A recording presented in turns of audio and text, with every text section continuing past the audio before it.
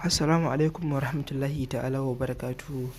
Barkanmu da warhaka, barkanmu da sake kasancewa da ku a cikin wannan tasha ta mai albarka. To mai saurare, idan wannan ne zuwan ka wannan tasha ta mai albarka, da ka danna mana subscribing kana ka danna mana ƙararrawar sanarwa domin samun sabbin shirye-shiryen mu idan mun ɗora akai-akai.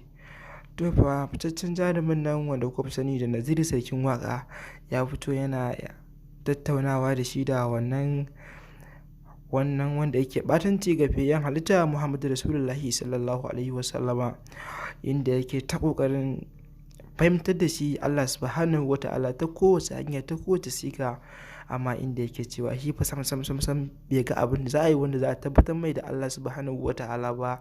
Amma Naziru ya mai misalai da yawa, inda har a cikin misalan da yake ce mai, yake mai misali da iskar da yake shaƙa yake fitarwa, yake cewa yana iya ganinta ko kuma baya iya ganinta, amma sam haka ya nuna cewa shi wannan bai ishe shi gamsar da shi cewa Allah subhanahu wa ta'ala akwai shi ba. To mai saurare, idan kar ka manta, idan wannan shine zuwan ka farkon wannan tasha ta mai albarka, da kada ka manta ka danna mana subscribing kana ka danna mana ƙararrawar sanarwa domin samun shirye-shiryen mu idan mun ɗora akai-akai. Mun gode.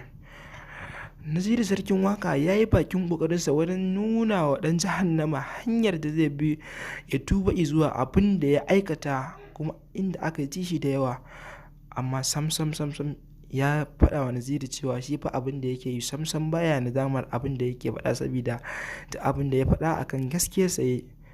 To mai saurare, duka a nan muka kawo ƙarshen labaran namu. Mun gode.